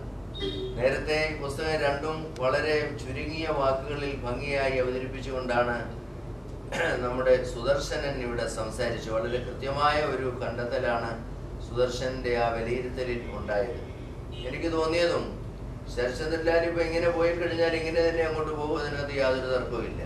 ഇനിയിപ്പോൾ അദ്ദേഹം എന്താണ് ചെയ്യേണ്ടതെന്ന് ഇപ്പൊ എനിക്കിതുപോലെ ഒരു സമ്മേളനത്തിൽ നിർദ്ദേശിക്കാൻ നിവൃത്തിയില്ല. കവിയരങ്ങളിൽ പോയാലും അദ്ദേഹം പുറകുവശത്ത് തന്നെ ആയിരിക്കും എന്ന കാര്യത്തിൽ യാതൊരു തർക്കവുമില്ല. ഭക്ഷണക്രമങ്ങളിൽ കാര്യമായ മാറ്റം വരുത്തിയാൽ കുറെ കൂടി ഒരു മാറ്റം ഈ സമൂഹത്തിൽ കവിതയുടെ രംഗത്തുണ്ടാകും എന്നെനിക്ക് സ്വകാര്യമായി തോന്നിയിട്ടുണ്ട്. അത് ഞാനടക്കമുള്ള ആളുകൾക്ക് ഈ പുതിയ കാലഘട്ടത്തിൽ ഒരാവശ്യമാണ്. അതിൻ്റെ ഒരു പരിമിതി മലയാള കവിതയിൽ വ്യാപകമായി ഉണ്ടാകുന്നുണ്ട് എന്നത് ഒരു നേരാണ്. പത്രാധിപന്മാരെ കുറ്റം പറഞ്ഞിട്ട് കാര്യമില്ല. ഓരോ കാലത്തെയും വായനാ സമൂഹത്തിന്റെ പ്രത്യേകമായ ട്രെൻഡുകളുടെ പിന്നാലെയാണ് പത്രാധിപന്മാർ പോയിക്കൊണ്ടിരിക്കുന്നത്. അവർക്ക് കവിത മനസ്സിലാകുന്നില്ല എന്നല്ല, ഞാനിതുപോലെ ഒരു സമ്മേളനത്തിൽ വെച്ച് പറഞ്ഞാൽ നാളെ ഞാൻ പ്രസിദ്ധീകരിക്കുന്ന ഒരൊറ്റ കവിതയും അത് വെളിച്ചം കാണാതെ, അതുകൊണ്ട് ഞാനും ഇതിങ്ങനെ പരസ്യമായിട്ട് പറയുകയില്ല. അഡ്ജസ്റ്റ്മെന്റുകളിലൂടെ മുൻപോട്ട് പോകാൻ വേണ്ടിയിട്ടുള്ള ഒരു മനസ്സിന്റെ പ്രത്യേകമായ താളക്രമം ശീലിക്കുക മാത്രമാണ് ഒരു പ്രധാനപ്പെട്ട പോംവഴി. പുസ്തകം ചുമന്നുകൊണ്ട് നടന്ന് കൈവഴിയായി കൊണ്ടു നടന്ന് വിറ്റിരുന്നയാളാണ് മഹാകവി വള്ളത്തോൾ. വാൽമീകി രാമായണം വിൽക്കാൻ വേണ്ടിയിട്ട് ഈ കോട്ടയത്തുമൊക്കെ ആദ്യകാലത്ത് വരുമ്പോൾ ഞങ്ങൾക്കിതൊന്നും വായിച്ചാൽ മനസ്സിലാവുകയില്ല എന്ന് കോട്ടയത്തെ ചില ക്രിസ്ത്യൻ പ്രമാണിമാർ പറഞ്ഞപ്പോൾ, നിങ്ങളത് വായിക്കണമെന്നുമില്ല, മനസ്സിലാക്കണമെന്നുമില്ല, ഈ പുസ്തകം വില കൊടുത്ത് വാങ്ങിയാൽ മതി എന്ന് വളരെ സൗമ്യമായിട്ട് വള്ളത്തോൾ അവരോട് ഉത്തരം പറഞ്ഞ് അങ്ങനെ വാൽമീകി രാമായണവും മറ്റും തർജ്ജമ അടിച്ചേൽപ്പിച്ച ഒരു പാരമ്പര്യം പുസ്തക രംഗത്തുണ്ടായിരുന്നു. വിഹംഗമം പബ്ലിക്കേഷൻസ് തുടങ്ങുകയും അതിലൂടെ തൻ്റെ സ്വന്തം പുസ്തകങ്ങൾ അച്ചടിക്കുകയും അത് വിൽക്കുകയും ചെയ്തിരുന്ന ശരത്ചന്ദ്രലാലിനെ എനിക്ക് ഓർമ്മയുണ്ട്. അതുകൊണ്ട് ഒരു പൂർവ്വകാലത്തെ പ്രമുഖരായ ചില കവികളുടെ ഒരു നല്ല ഒരു വഴി ഉണ്ട് എന്നുള്ളതൊരു നേരാണ്. ഇപ്പം ഞാൻ നോക്കുമ്പോൾ ശാരീരികമായിട്ട് തന്നെ അദ്ദേഹം കുറച്ചുകൂടി ഒരു മെച്ചപ്പെട്ടിട്ട് ഒരു പുഷ്കലമായ ഒരവസ്ഥയിലാണ്. ഞാൻ ആദ്യം കാണുമ്പോൾ ഇങ്ങനെയായിരുന്നില്ല. അതിൻ്റെ ആ ഒരു പൗഷ്കല്യം ഈ കവിതയിലും ഉണ്ട്. ഇപ്പോൾ തീരെ പഴയ കവിതകളാണെന്ന് പറയാൻ നിവൃത്തിയില്ല, എന്നാൽ ഇപ്പോൾ അദ്ദേഹം എഴുതുന്ന കവിതകൾക്കും അതിൻ്റെതായ ഒരു ചന്തവും ചാരുതയും എല്ലാം ഉണ്ട്. ആ കവിതകൾ മുഴുവൻ വായിക്കുമ്പോൾ തോന്നുന്നത് ഇത് തന്നെയാണ് എനിക്ക് തോന്നുന്നത്. അദ്ദേഹം ഒരു പരമ്പരാഗതമായ ഒരു ജീവിത രീതിയിൽ നിന്നുകൊണ്ട്, ഒരു താളവിധാനത്തിൽ നിന്നുകൊണ്ട്, ഒരു ജീവിത സൗഭാഗ്യങ്ങളുടെ പിൻബലത്തിൽ നിന്നുകൊണ്ടാണ് ഈ കവിത എഴുതുന്നത്. ആ കവിതകളെല്ലാം ഒരു മന്ത്രം പോലെ പരിശുദ്ധം എന്ന് നമുക്ക് പറയാൻ. പ്രണയക്കുറിപ്പുകൾ എഴുതിയ ഒരാൾ മന്ത്രം പോലെ പരിശുദ്ധമായ കവിതയാണ് എഴുതുന്നത് ഇപ്പൊ നമുക്കൊരു സമ്മേളനത്തിൽ പറയാൻ നിവൃത്തിയില്ല. എന്നാലും ആ കവിതകളുടെ മൊത്തം ഒരു ആന്തരികമായ ചൈതന്യം, ഒരു ആ കവിതയുടെ ആത്മീയതയുടെ സുഗന്ധമാണ് എന്നെനിക്ക് തോന്നിയിട്ടുണ്ട്. അത് ശരത്ചന്ദ്രലാലിന്റെ പഞ്ചതന്ത്രം കഥകളുടെ വളരെ കൃത്യമായ തർജ്ജമകൾ അച്ചടിച്ച് വിതരണം ചെയ്തിരുന്ന കാലഘട്ടത്തിലും ആ കവിതയ്ക്ക് ഒരു ആത്മീയതയുടെ സുഗന്ധമുണ്ട്. പ്രണയക്കുറിപ്പുകൾ മുഴുവൻ നമ്മൾ വായിക്കുമ്പോഴും വല്ലാതെ തലയണ കടിച്ചു കീറിക്കൊണ്ട് പിന്നെ അലറുന്ന ഒരു പെണ്ണിന്റെ ഒരു ചിത്രമല്ല, ഒരു പുരുഷന്റെയും ചിത്രമല്ല പ്രണയക്കുറിപ്പുകൾ എന്ന ഈ പ്രേമ കവിത വായിക്കുമ്പോഴും ഉണ്ടാവുന്നത്. ആ പ്രണയത്തിന്റെ അത്യഗാധതകളിൽ മുങ്ങിത്താണ് അവിടുന്ന് വല്ലാതെ ഈ വളരെ വിലതീരാത്ത മുത്തുകൾ മുങ്ങിയെടുത്ത് കൊണ്ടുവന്ന് ഈ വിധാനങ്ങളിൽ നിന്ന് മുകളിലേക്ക് കാണിക്കുകയും അതേപോലെ തന്നെ തിരകൾ വന്ന് മുത്തുകളും കൈകളും വളയിട്ട കൈകളും സഹിതം അത്യഗാധതയിലേക്ക് അയാളെ കൊണ്ടുപോവുകയും ചെയ്യുന്ന ഒരു ദയനീയ ചിത്രം. അത് ആ കവിതകളൊക്കെ വായിക്കുമ്പോൾ, ഈ പ്രണയക്കുറിപ്പുകൾ വായിക്കുമ്പോഴും എനിക്ക് തോന്നിയിട്ടുണ്ട്. അതിപ്പോ ശലോമോൻ ഗീതങ്ങൾ നമ്മെ ഓർമ്മിപ്പിക്കുന്നത് പോലെ, ഗീതഗോവിന്ദം നമ്മെ ഓർമ്മിപ്പിക്കുന്ന പോലെ, അതേപോലെ തന്നെ ഈ പുതിയ കാലത്തുള്ള മറ്റു പല കവിതകളും ഓർമ്മിപ്പിക്കുന്ന പോലെ തന്നെ ആ പ്രണയത്തിന്റെ ഒരു ആത്മീയ സുഗന്ധമാണ് ആകമാനം ഈ കവിതകളെ. ഇപ്പൊ പട്ടാളക്കാരന്റെ വിധവയെ കുറിച്ചുള്ള കവിത സുദർശനൻ ദീർഘമായി ഇവിടെ പറഞ്ഞതാണ്. ആ കവിത വായിക്കുമ്പോഴൊക്കെ നമുക്ക് തോന്നുന്നത് പട്ടാളക്കാരന്റെ വിധവയെ വേട്ടയാടണം എന്നൊരു നീചമായ മനസ്സിനേക്കാൾ കൂടുതൽ ഇങ്ങനെ കാടിന്റെ അനന്തതയിൽ, നിഗൂഢതയിൽ, മുൾപ്പടർപ്പുകളുടെ നടുവിൽ എവിടെയോ 1000 ഇതളുള്ള ഒരു പൂവിങ്ങനെ വിരിഞ്ഞു നിൽക്കുന്ന ഒരു പ്രത്യേകതയാണ് പട്ടാളക്കാരന്റെ വിധവ എന്ന കവിത. ഒരു പ്രത്യേകമായ അകലം പാലിച്ചു നിന്നുകൊണ്ട് നമ്മൾ വായിക്കുമ്പോൾ തോന്നുന്നു. ജൂലിയ എന്ന സിനിമ ഈ തിരുവനന്തപുരത്ത് അന്തർദേശീയ ഫിലിം ഫെസ്റ്റിവലിന് വരുമ്പോൾ ഏകദേശം അതേപോലെ തന്നെയുള്ള ഒരു വിധാനമുള്ള ഒരു സിനിമ, അത് എനിക്ക് വളരെ ഇഷ്ടപ്പെട്ട് ഞാൻ അങ്ങനെ ജൂലിയ എന്നൊരു കവിത അന്നെഴുതി. അപ്പൊ ഞാൻ ഈ പട്ടാളക്കാരൻ്റെ ഇത് വായിച്ചു നോക്കുമ്പോൾ ആ കവിതയ്ക്ക് ആ തരത്തിൽ വളരെ നല്ലൊരു ഭംഗിയുള്ള ഒരു വിധാനമുണ്ട്. കുമാരനാശാന്റെ കവിതയെ പോലെ ഇത് കേമപ്പെട്ട കവിതയാണെന്ന് ഞാൻ ഇതുപോലൊരു സദസ്സിൽ പറഞ്ഞ് ശരചന്ദ്രലാലിനെയും എന്നെയും ധർമ്മസങ്കടത്തിലാക്കുന്നില്ല. എന്നാലും അടിസ്ഥാനപരമായി കുമാരനാശാന്റെ കവിതയോട് അത്തരം ഒരു പ്രണയഗോത്രത്തോട് ആത്മീയ സുഗന്ധത്തോട് ചേർന്ന് നിൽക്കാനാണ് മനസ്സുകൊണ്ട് ശരചന്ദ്രലാൽ ആഗ്രഹിക്കുന്നത്. ഈ ആഗ്രഹം എത്രമാത്രം നടക്കും എന്നുള്ളതിനെ കുറിച്ചൊക്കെ ഭാവിയിൽ ഉള്ള നമ്മുടെ ജാതകകാരന്മാരാണ് പറയേണ്ടത് സാഹിത്യത്തിലെ. എന്നാലും കുമാരനാശാന്റെ കവിതകൾക്ക് ആ കാലഘട്ടത്തിൽ ഉണ്ടാക്കാൻ കഴിഞ്ഞ എല്ലാ തരത്തിലുമുള്ള തിരസ്കാര ദൗർഭാഗ്യങ്ങളും അതേ മട്ടിൽ പിന്നീട് ധാരാളമായി തലമുറകൾ ഏറ്റുവാങ്ങുന്നുണ്ട്. അതുകൊണ്ട് ശരചന്ദ്രലാലിനെ പറഞ്ഞ പോലെ ദുഃഖിക്കാനില്ല. മരിച്ചു കഴിഞ്ഞ് പിന്നെ ശരിയായിക്കൊള്ളും എന്ന് എല്ലാ ആളുകളെ പോലെ ആശംസിക്കുന്നത് ഒരു മര്യാദകേടാണ് എന്ന് എനിക്ക് തോന്നുന്നുണ്ട്. കാരണം ഉറങ്ങിക്കോ, ഞാൻ പുതപ്പിച്ചു കൊള്ളാം എന്ന് പറയാൻ എല്ലാ ആളുകൾക്കും കഴിയുന്നതാണ്. ജീവിച്ചിരിക്കുന്ന കാലത്ത് ഭക്ഷണക്രമങ്ങളിൽ മാറ്റം വരുത്താതെ തന്നെ ഈ കവിയെ തിരിച്ചറിയാനുള്ള ഒരു പ്രത്യേക സംവിധാനം വായനക്കാരന്റെ ഭാഗത്ത് നിന്ന് ഉണ്ടാവണം. അതിന് യന്ത്രനാഗരികതയുടെ ഈ തീക്ഷ്ണമായിട്ടുള്ള നീരാളിപ്പിടുത്തത്തിനിടയിൽ അതിനെ ജീവിച്ചുകൊണ്ട് തൻ്റെ ഇടത്തോടെ കവിത എഴുതുക എന്നുള്ളത് കുറച്ച് ഒരു ദുഷ്കരമായൊരു കാര്യമാണ്. എന്നാലും നല്ല ലയഭംഗിയുള്ള കവിത, അരിച്ചെടുത്ത തേൻ പോലെ ശുദ്ധമായിട്ടുള്ള ആശയ വ്യക്തത, ഇതെല്ലാമാണ് ഈ കവിതകളെ കൂടുതൽ ആകർഷിക്കുന്നത്. ജാടകൾ ഒന്നുമേ ഇല്ല, ഒന്നും ഭാവിക്കുന്നതും ഇല്ല. ഗർഭപാത്രത്തിൽ പൂനില ഉദിച്ചു എന്നും മറ്റും കവിത എഴുതുന്ന ആളുകൾ ഈ അടുത്ത കാലത്തുണ്ട്. അപ്പൊ എം ആർ ചന്ദ്രശേഖരൻ ചോദിച്ചു, എന്താ കൊച്ചനെ ഗർഭപാത്രത്തിൽ പൂനില ഉദിച്ചെന്ന് പറഞ്ഞാൽ നീ എന്താ ഇത് മനസ്സിലാക്കിയത് എന്ന് ചോദിക്കുമ്പോൾ ആകാശവാണിയിൽ ജോലിയുള്ള കവിക്ക് കൃത്യമായൊരു ഉത്തരം, ഗർഭപാത്രത്തിൽ പൂനില ഉദിച്ചു. അത് കൂടുതൽ ഒന്നും പറയാൻ നിവൃത്തിയൊന്നുമില്ല. അങ്ങത്തരം ഈ ജാടകൾ ഒന്നുമില്ലാതെ തന്നെ നേരിട്ട് ഒരു മാമായോ ദാദായോ ഇല്ലാതെ നമ്മുടെ ഹൃദയത്തോട് സംവദിക്കുന്ന കവിതയാണ് ശരചന്ദ്രലാലിന്റെ. അത് ഞാൻ എന്നാൽ കഴിയുന്ന ഭാഷയിൽ വളരെ കൃത്യമായിട്ട് ഞാൻ എഴുതി വെച്ചു. ആ പ്രണയ കവിത എഴുതിയതിനകത്ത് ഇപ്പോ ഈ ആ ഭാര്യയെ ഇപ്പൊ പ്രതികൂട്ടിലാക്കേണ്ട ഒരു കാര്യമൊന്നും ഉണ്ടെന്ന് എനിക്ക് തോന്നുന്നില്ല. ഭാര്യമൊന്നും ഇവിടെ പറഞ്ഞാലും ഇല്ലെങ്കിൽ ഞാൻ ഒരു കാര്യം പറയുന്നത്, എല്ലാ എഴുത്തുകാരന്റെയും എഴുത്തുകാരിയുടെയും ഉള്ളിൽ ഒരു ആദർശ കാമുകൻ, ആദർശ കാമുകി എല്ലാ കാലത്തും ഉണ്ടാവണം. ഇവൾക്ക് വേണ്ടിയിട്ടാണ് ഇയാൾ എഴുതുകയും പാടുകയും ചെയ്യുന്നത്. അയാൾക്ക് വേണ്ടിയിട്ടാണ് ഇവൾ എഴുതുകയും പാടുകയും ചെയ്തുകൊണ്ടിരിക്കുന്നത്. ആ ആളിനെ എത്രമാത്രം തൃപ്തിപ്പെടുത്തുന്നുണ്ട് എന്നുള്ളതുണ്ട്. ഓമനെ എന്നെല്ലാം പറഞ്ഞ് എല്ലാ കവിതയിലും ആവർത്തിക്കുമ്പോൾ ഭാര്യമാർ ഇങ്ങനെ ഭർത്താവിന്റെ പുറകെ നടക്കേണ്ട കാര്യമില്ല, ഭാര്യമാരുടെ പുറകെ ഭർത്താവും നടക്കേണ്ട ഒരു കാര്യമില്ല. അതിന്റെ പുറകിൽ ഇങ്ങനെ ഒരു ആദർശമായിട്ട് ഒരു നമ്മുടെ ഒരു സങ്കല്പത്തിലെ ഒരു പാട്ടുകാരി, ഒരു പാട്ടുകാരൻ നമ്മുടെ ഉള്ളിലുണ്ട്. അയാൾക്ക് വേണ്ടിയിട്ടാണ് നമ്മുടെ എല്ലാ രചനകളും എന്നാണ് ഞാൻ വിശ്വസിക്കുന്നത്. അതുകൊണ്ടാണ് ഇന്ന് ജീവിച്ചിരിക്കുന്ന ഏറ്റവും പ്രമുഖനായ മലയാള കവി ONV, അദ്ദേഹത്തിന്റെ ഒരു ലളിതഗാനം കവിതയായും ആദ്യം വന്നു. ഒരു പുല്ലാങ്കുഴലിന്റെ സുഷിരങ്ങളിൽ കൂടി ഒഴുകുന്നത് ഓമനെ ഈ ഞാനാണല്ലോ. ആ പാട്ട് വളരെ കൂടുതൽ ശ്രദ്ധിക്കപ്പെട്ടതാണ്. ആ പുല്ലാങ്കുഴലിന്റെ സുഷിരങ്ങളിൽ കൂടി ഒഴുകുന്നത് സപ്തസ്വര വിന്യാസത്തോടു കൂടി വരുന്നത് അയാൾ തന്നെയാണ്, അയാളുടെ ഹൃദയം തന്നെയാണ്. അത് ലാവ പോലെ ഉരുകി ഇങ്ങനെ ഈ 7 ദ്വാരങ്ങളിലൂടെ പുറത്തേക്ക് പിന്നെ സഞ്ചയിച്ച് വന്നാണ് അഭൗമമായിട്ടുള്ളൊരു വികാര വിലാസ പ്രപഞ്ചം സൃഷ്ടിക്കുന്നത് എന്ന കാര്യത്തിൽ യാതൊരു തർക്കവുമില്ല.